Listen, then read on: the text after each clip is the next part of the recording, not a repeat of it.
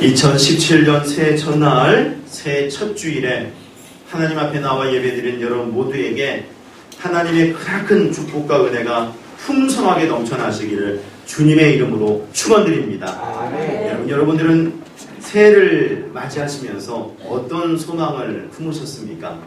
또 어떤 비전을 품으시고 어떤 꿈을 꾸셨습니까? 아마도 각자의 상황과 조건 속에서 가장 절실하고 간절한 소망을 품으셨을 것이고 또 그것을 하나님 앞에 아뢰셨을 것이라 생각이 드는데요. 그럴 때 정말 올 한 해 바로 소망하는 것들이 주님 안에서 잘 이루어지는 역사를 경험해 갈 수 있는 여러분 모두가 되셨으면 좋겠어요. 특별히 여러분들의 가정이 더욱더 화목하고 사랑하며 기뻐하는 가정이 되시기를 주님의 이름으로 축복합니다. 또 여러분의 자녀들도 믿음 안에서 자라나며 세상에 선한 영향력을 끼치고 모든 면에서 으뜸을 나타내는 아름답고 귀한 역사가 나타나기를 축복합니다. 또 여러분들의 사업과 직장도 더 형통하여서 지경이 넓어지는 역사가 늘 나타나기를 축복합니다. 그리고 우리 교회도 더욱더 부흥하며 이 나라도 안정되고 또 평안하며 우리 모두가 더욱더 은혜 속에 영육의 강건함을 힘입고 은혜로 살아가시기를 주님의 이름으로 축복합니다. 정말 모든 것이 잘 되고 잘 되는 그런 역사를 체험해 가시기를 바랍니다. 그런데 이렇게 소망을 가지면서도요, 사실 내심 우리들 속에서는 두렵고 떨리는 마음이 있는 것도 사실입니다. 왜냐하면 새롭게 시작되는 2017년도는요 아직 우리가 만나지 않은 시간들이요 처음 가는 길이 되기 때문에 그렇습니다. 그래서 현실적으로 어떠한 일이 앞으로 벌어질까 두렵고 떨리는 마음을 가질 수밖에 없다는 것입니다. 그런데 여러분, 이런 두렵고 떨리는 마음이 생기는 것 당연하다 할지라도 그러나 우리가 두 가지를 기억하고 나아간다면 늘 우리는 주님 안에서 승리하는 삶을 살 수 있지 않을까라는 생각을 가져봅니다. 그 하나는 여호수아 1장 6절 말씀을 우리가 함께 보시길 원하는데요. 우리 말씀을 같이 함께 읽어보겠습니다. 스크린에 나와 있어요. 함께 읽겠습니다. 시작! 강하고 담대하라. 너는 내가 그들의 조상에게 맹세하여 그들에게 주리라 한 땅을 이 백성에게 차지하게 하리라. 아멘. 말씀 보십시오. 지금 하나님께서 여호수아에게 말씀하고 계시는데요. 모세가 죽고 새롭게 이스라엘 백성들을 이끌어 가고 있는, 그래서 한 번도 가보지 않은 그곳을 가야만 하는 여호수아에게 하나님께서 하시는 말씀인데, 그래서 지금 이 말씀 속에 나오고 있는 여호수아의 상황은 어찌 보면 2017년도를 새롭게 살아가야 될 우리들의 모습과도 참 너무나도 똑같다라는 생각을 가져봅니다. 그런데 지금 하나님께서 뭐라고 말씀하십니까? 바로 강하고 담대하라 라고 하시는 거예요. 여기 강하고라는 말은 히브리어로 하자크인데 손에 창이 있는 상태를 의미하는 그런 말입니다. 담대하라 라는 말은 히브리어로 아마츠인데 무릎에 힘이 있는 상태를 말하는 거예요. 그러니까 이 강하고 담대하라는 것은 손과 발에 정말 힘을 딱 주고 전진하라 이런 말씀입니다. 마치 군인들이 적의 고지를 향해서 진격 앞으로 라는 명령이 떨어지면 있는 힘을 다해서 진격해 나가는 것처럼 가나안 땅을 향해서 진격해 나가라 그런 말씀이죠. 이렇게 하나님은 여호수아에게 강하고 담대하게 나아가라 라고 하셨습니다. 그러면 약속한 땅을 허락하여 주시겠다, 이렇게 은혜를 주시겠다 말씀하시는 거죠. 그럴 때 이 명령과 이 약속 하나님은 오늘 우리에게도 동일하게 말씀하시는 줄로 믿습니다. 새롭게 2017년도를 살아갈 우리들에게도 같은 말씀을 하시는 줄로 믿어요. 강하고 담대하라, 손과 발에 힘을 주고 전진해 가라. 하나님은 명령하고 계신다는 거죠. 그래서 이 말씀을 의지해서 우리는 강하고 담대하게 나아가야 하는 것입니다. 하나님께서 우리에게 허락해 주신 이 새해를 그런 믿음으로 나아가야 되는 거죠. 또한 우리가 새해를 맞이하면서 강하고 담대하게 나아간과 동시에 꼭 한 가지 우리가 늘 생각하며 갖고 있으며 나아가야 될 것이 있습니다. 그리고 또 그렇게 나아갈 때 우리는 결국 은혜를 누리고 승리하며 나아갈 수 있을 거예요. 그건 바로 오늘 우리가 함께 들은 새해 표어이기도 한데요. 바로 주님 안에서 주님을 위하여 나아가야 된다는 것입니다. 늘 주님 안에 거하여 살아가고 또 주님을 위하여 살아가는 삶이 되어야 된다는 거죠. 그럴 때 은혜가 넘치고 주님이 주시는 축복 가운데 우리가 늘 나아가게 되는 거예요. 바로 이것을 알려주는 말씀이 있습니다. 오늘 본문 로마서 14장 8절 말씀인데, 자, 우리 아까 읽으셨지만 다시 한번 우리 이 본문 말씀을 함께 읽어보셨으면 좋겠습니다. 같이 읽겠습니다. 시작! 우리가 살아도 주를 위하여 살고 죽어도 주를 위하여 죽나니 그러므로 사나 죽으나 우리가 주의 것이로다. 아멘. 여러분, 이 말씀 분명하고 확실하게 증거하고 있습니다. 그러므로 사나 죽으나 우리가 주의 것이로다. 무슨 말입니까? 우리가 다 주의 것이다. 우리가 주님께 속해 있다. 우리는 주님 안에 있는 존재다라는 거 아니겠습니까? 마치 물고기가 물에 들어가 있어야 사는 것처럼 그렇게 우리들도 늘 주님 안에 있어야 된다는 거예요. 또 말씀은 우리가 살아도 주를 위하여 살고 죽어도 주를 위하여 죽나니 라고 하는데요. 이는 결국 모든 상황 속에서 주님을 위하여 주님이 기뻐하시는 것들을 행하며 나가야 된다는 그런 말씀입니다.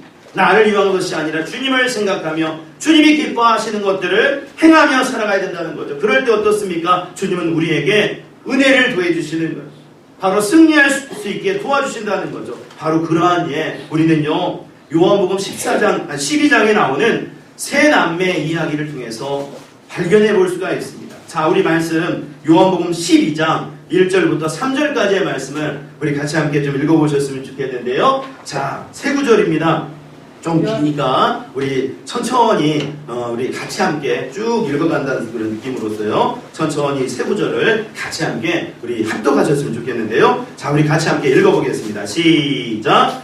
6월절 엿새 전에 예수께서 베다니에 이르시니 이곳은 예수께서 죽은 자 가운데서 살리신 나사로가 있는 곳이라. 거기서 예수를 위하여 잔치할 때 마르다는 일을 하고 나사로는 예수와 함께 앉은 자 중에 있더라. 마리아는 지극히 비싼 향유 곧 순전한 나드 한 근을 가져다가 예수의 발에 붓고 자기 머리털로 그의 발을 닦으니 향유 냄새가 집에 가득하더라. 아멘. 자, 말씀을 보십시오. 6월절 엿새 전에 예수님께서 베다니에 가셨다고 그랬습니다. 6월절 엿새 전이니까 이미 이제 십자가 죽음을 거의 앞에 두고 주님께서 지금 예루살렘을 향해서 가고 계시는 것이구나, 이 말씀을 통해서 우리가 알 수가 있는 건데, 실제로 이제 이곳을 지나가지고 예수님은 예루살렘에 들어가셨고 십자가에 죽으시게 됩니다. 그런데 이곳 베다니를 지나가실 때 나사로의 집에 머물게 되었다는 거예요. 그런데 이때 이 세 남매의 모습을 한번 보시기 바랍니다. 먼저 이 나사로는 죽었다가 살아난 기적을 체험했던 그런 사람이었는데, 말씀을 보니까 2절에 보니까 뭐라고 증거되고 있느냐면 이 나사로가 예수님과 함께 앉은 자들과 같이 있었다 이렇게 말하고 있어요. 그러니까 예수님과 함께 앉아 있었다 이런 말이죠. 근데 여기 앉아 있다라는 말을 들으니까 꼭 지금 우리가 이렇게 의자에 앉아있는 것처럼, 또 아니면 밑바닥에 앉으면 양반 자세로 우리 한국 분들은 앉잖아요. 그런 것처럼 양반 자세로 이렇게 앉아있나 이렇게 생각할 수가 있어요. 그런데 유대인들의 그 모습을 보게 되면 여기 앉아있다는 것은 기대어 누워있는 모습을 설명하는 것이라는 것을 알 수가 있습니다. 유대인들은 음식을 먹을 때도 기대어 누워가지고 음식을 먹게 되는데요. 그렇게 편안한 자세로 그렇게 음식을 또 먹고 또 앉아있기도 하고 그렇게 되는 겁니다. 그래서 예수님도 지금 보니까 같이 그런 모습으로 기대어 누워서 앉으신 모습으로 있으셨고, 또 나사로도 거기에 같이 있었다는 거예요. 그런데 보십시오. 나사로가 그렇게 편안하게 앉아있으면서, 여러분 한번 생각해 보시기 바랍니다. 나사로가 예수님께 뭐라고 했겠습니까? 예수님을 만나서 뭐라고 했겠습니까? 아마 이런 말을 하지 않았을까 생각이 들어요. 예수님, 저를 정말 살려주셔서 정말 감사합니다 라는 말을 혹시 하지 않았을까요? 그럴 때 예수님이 뭐라고 하셨을까? 그 말을 듣고, 그래 요즘은 건강 괜찮니? 아마 이렇게 물어보셨을 것 같고요. 그럴 때 이 나사로가 예 좋습니다, 참 건강합니다, 행복합니다 등등으로 말했을 것 같고요. 그렇게 사랑의 인사를 나누었을 것 같습니다. 그러고 난 다음에 지금 이렇게 앉아있는 상황 속에서 예수님 뭐 하셨을까라는 생각을 해보면, 예수님은 다른 것이 아니라 말씀을 가르치셨을 거예요. 뭔가를 증거하셨을 것입니다. 그럴 때 이 나사로의 모습을 생각해 보십시오. 여러분, 거기에 앉아있었다. 그렇다면 이 나사로가 이 예수님의 말씀을 한마디도 놓치지 않고 들으려고 예수님의 그 눈과 그리고 그 입에 온통 집중을 하면서 그 말씀을 듣고 있었을 것이다 라는 것을 생각해 볼 수가 있죠. 또 말씀해 보니까 이 세 남매 중에 마르다는 어떻습니까? 말씀을 보면 마르다는 일을 했다고 그랬어요. 2절에 보니까 거기서 예수를 위하여 잔치할세라고 하는데 거기 즉 이 나사로의 집에서 예수님을 위해서 잔치를 했다는 겁니다. 다른 사람이 아닌 예수님을 위해서 잔치를 했다. 그럴 때 마르다는 뭘 했다고 그러냐면 일을 했다고 그랬어요. 그가 여러 음식을 만들면서 준비를 했다는 것이죠. 예수님을 위해서 수고했다는 것입니다. 그런데 참 재미난 것은 말씀 어디를 보아도 이 마르다가 불평하거나 짜증을 냈다는 말이 없어요. 누가복음 10장을 보시게 되면 예수님이 또 이전에 이 집에 들리신 적이 있었던 것 같습니다. 그럴 때 이 마르다는 열심히 그때도 음식을 준비하다가 근데 이 동생 마리아가 마르다를 도와주지 않고 예수님 발 앞에 앉아서 말씀을 듣고 이렇게 있으니까 조금 불평이 생겼던지 예수님께 와가지고 그러잖아요. 자기 혼자 일하고 있으니까 동생에게 말해서 자기를 좀 도와주라고 말씀 좀 해주십시오. 그렇게 부탁을 하잖아요. 참 어색한 장면이 연출되게 됐는데 그런데 지금은 보시게 되면 마르다가 얼마나 기쁘고 즐겁게 음식을 만드는지 왜냐하면 예수님을 위해서 잔치하며 음식을 만들고 있었기 때문입니다. 또 더불어서 마지막으로 이 마리아는 어떻게 하고 있었습니까? 보니까 지극히 비싼 향유 곧 순전한 나드 한 근을 가져다가 예수님의 발에 부었다고 그랬어요. 그리고 자기 머리털로 예수님의 발을 닦았다고 그랬습니다. 그런데요 우리들이 알아야 될 유대인들의 그 풍습을 보게 되면 손님이 어느 집에 들어가게 되면 종들이 물을 떠다가 그 손님의 발을 씻겨주는 풍습이 있다고 합니다. 그런데 지금 마리아가 그런 행동을 하고 있는 거예요. 또 그 당시 유대인들 중에는요 이 존경받는 여인이나 정갈한 여인들은 사람들 앞에서 머리를 풀어 헤치지 않았다고 합니다. 그런데 이 마리아를 보시게 되면 과감하게 그 머리를 풀어가지고 예수님의 발을 지금 닦고 있는 겁니다. 완벽한 아주 파격적인 그런 모습을 보이고 있는데 즉 이런 모습을 보게 되면 얼마나 이 마리아가 겸손하게 주님 앞에 나아가고 있는가라는 것을 알 수가 있죠. 오직 예수님을 위해서 모든 행동을 한 것을 볼 수가 있다는 겁니다. 그리고 이 비싼 향유까지도 주님께 드리는 모습을 보이고 있는 거예요. 이렇게 나사로와 마르다와 마리아는 정말 주님 안에서 주님을 위하여 모든 것을 행한 사람이었습니다. 그럴 때 보십시오. 이 세 사람 주님 안에서 주님을 위하여 나아간 이 세 사람 얼마나 큰 축복과 은혜를 누렸습니까?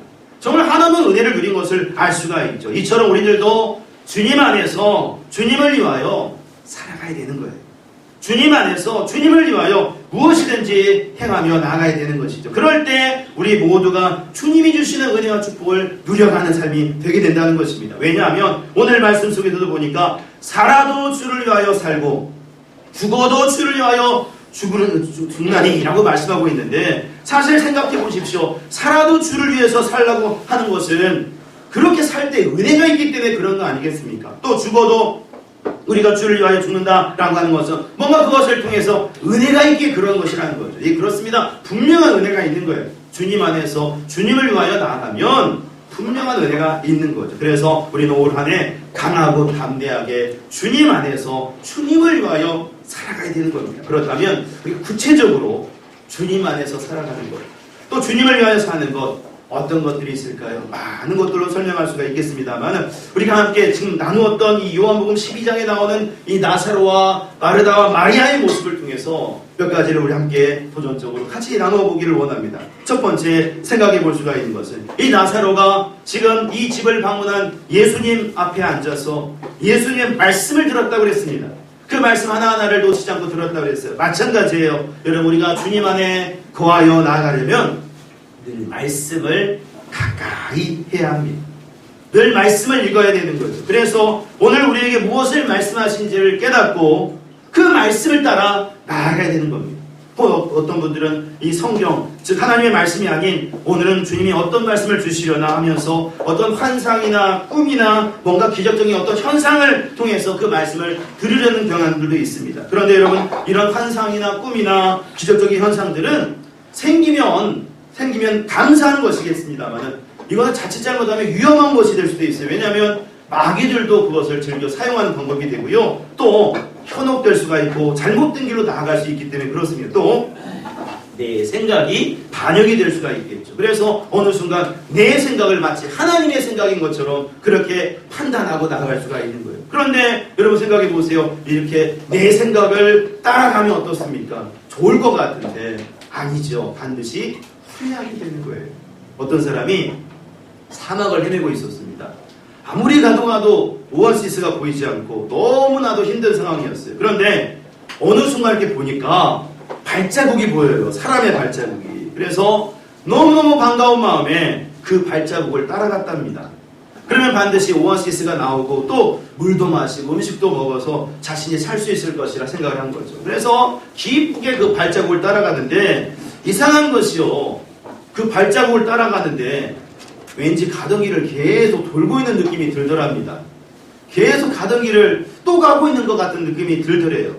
그래서 나중에 자세히 보니까 그 발자국이 바로 자기 발자국이었다는 거예요.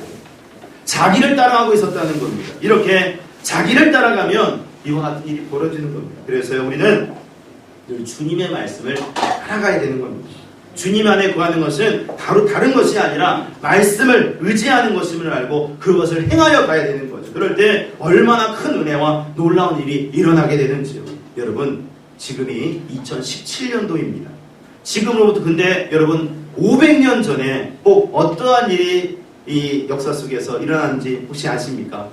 500년 전에, 지금으로부터 500년 전에 바로 종교개혁이 일어났습니다. 중세 타락한 교회에 맞서서 하나님의 뜻을 따라 복음의 진리를 밝힌 종교개혁이 일어났어요. 그래서 만약 그때 이 종교개혁이 일어나지 않았더라면 우리는 아마 가톨릭에서 신앙생활을 하고 있거나 아니면 복음을 전혀 듣지 못했거나 또는 믿는다고 해도 정말 온전히 구원을 받았을까 확신하지 못하는 그런 상황 속에서 살고 있었을지도 모릅니다. 그러나 이 종교개혁을 통해서 우리는 온전한 주님의 뜻을 알고 그 안에서 믿음을 따라 살아가고 있어요. 그런데 이 종교개혁 여러분 생각해보세요. 어떻게 행해질 수 있었습니까? 바로 말씀으로 인해서 이루어지게 된 거거든요. 오직 의인은 믿음으로 말미암아 살리라라는 말씀을 보며 마틴 루터가 말씀의 뜻을 알게 되면서 이 종교개혁이 이루어 나가게 되었던 거 아니겠습니까? 이렇게 말씀은 힘이 있고 능력이 있으며 우리를 주님 안에 거하게 하는 것입니다. 그래서 늘 말씀을 따라 나가야 됩니다. 그게 바로 주님 안에 거하는 모습이라는 것을 우리가 생각하면서 늘 말씀을 붙잡고 나아갈 수 있는 우리 모두가 되어야 될 줄로 믿습니다.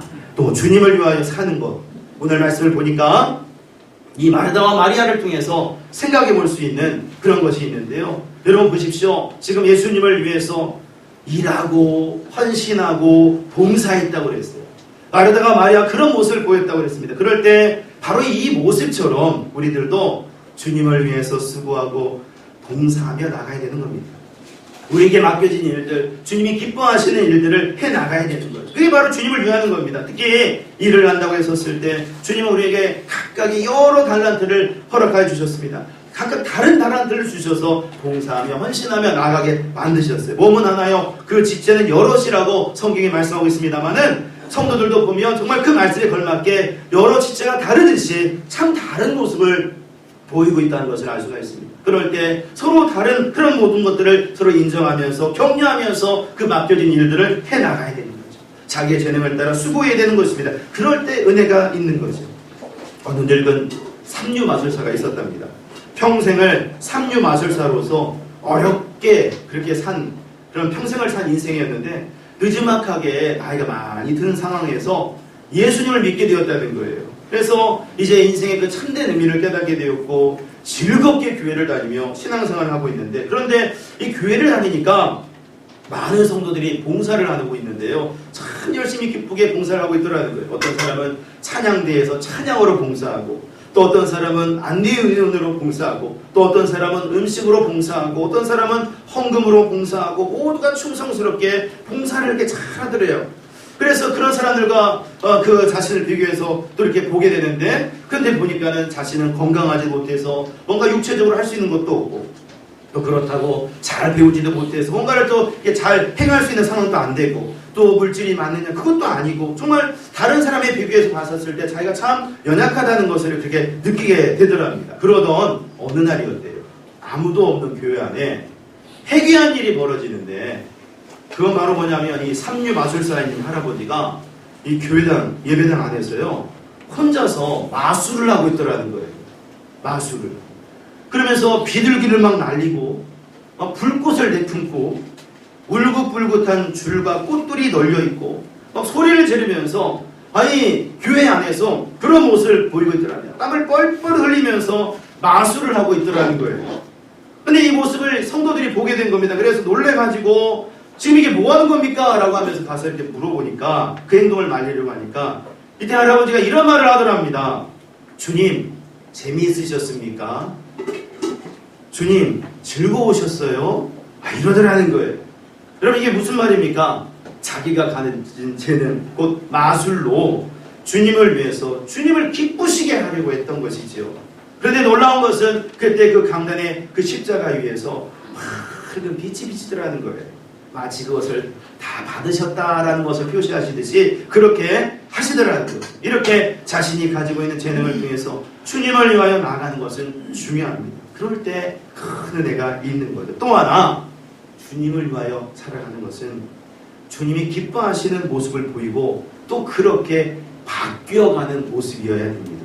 여러분, 성경에 참 많은 인물들이 나오는데요. 특히 믿음 안에서 승리한 사람들을 우리가 많이 보게 되는데요. 그런데 잘 보시면 그런 모든 사람들은 하나같이 부족한 모습, 연약한 행동을 안 한 사람이 없었습니다. 예를 들어 여러분 야곱 보십시오. 또 모세를 보십시오. 베드로를 보십시오. 참 대단한 사람들이지요. 그런데 참 부족했던 사람들이었어요. 그런데 이들이 하나님을 만납니다. 주님 안에 거합니다. 이제 그리고 더불어 주님을 위하여 나아갑니다. 그럴 때 그들의 모습들은 하나같이 바뀌어서 주의 은혜 가운데 거하여 나아갔던 것을 볼 수가 있어요. 곧 야곱 같은 사람, 얼마나 간사하고 약삭 빠르고 자기만 알던 사람이었습니까? 그런데 인내하는 사람이 되었죠. 남을 축복하는 사람이 되어집니다. 또 모세, 화가 나고 막 마음이 안 들면 사람을 막 죽이기까지 했던 그런 사람이었어요. 그런데 이 사람이 바뀌어가지고 하나님 안에서 나아갈 때, 주님을 위하여 나아갈 때 결국 완전히 바뀌어서 하나님께서 그의 온유함을 칭찬할 정도로까지 바뀌어져 갔던 것을 볼 수가 있습니다. 또 베드로도 보십시오. 얼마나 성격이 급한 사람이었습니까? 괄괄한 사람이었습니까? 그런데 완전히 변해가지고 주님을 위하여 살아가고 또 주님을 위하여 나중에는 보니까 십자가에 거꾸로 매달려 죽기까지 하는 그런 사람이 되었습니다. 이렇게 모든 사람들은 다 바뀌어져 갔습니다. 주님이 기뻐하시는 모습을 보이죠. 그리고 결국 그들 모두는 주님의 은혜를 누리게 되었다는 거예요. 마찬가지로 우리들도 그래야 됩니다. 주님을 위하여 사는 사람은 바뀌어 가야 됩니다. 이전의 모습이 아닌 다른 모습으로, 주님이 기뻐하지 않는 모습이 아닌 주님이 기뻐하시는 모습으로 바뀌어져 가야 되죠. 특히 성령의 열매 있잖아요. 성령 안에서 우리가 맺어져 가기를 원하시는 주님의 그 말씀이 있지 않습니까? 사랑과 희락과 화평과 오래 참음과 자비와 양선과 충성과 온유와 절제의 열매들을 맺어가면서 나가야 됩니다. 그것이 주님을 위하는 삶의 모습이 되겠죠. 정말 주님을 위하여 살아가는 삶의 모습이 되는 겁니다. 그럴 때 우리 주님이 어떻습니까? 반드시 그 모습 안에서 우리에게 은혜를 더하시고 그 은혜 가운데 우리를 이끌어 가시는 겁니다.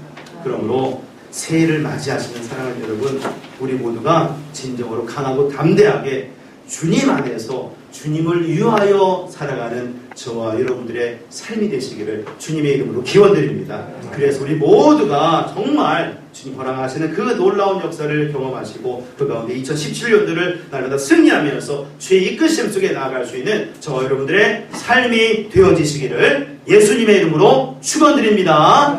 기도하겠습니다.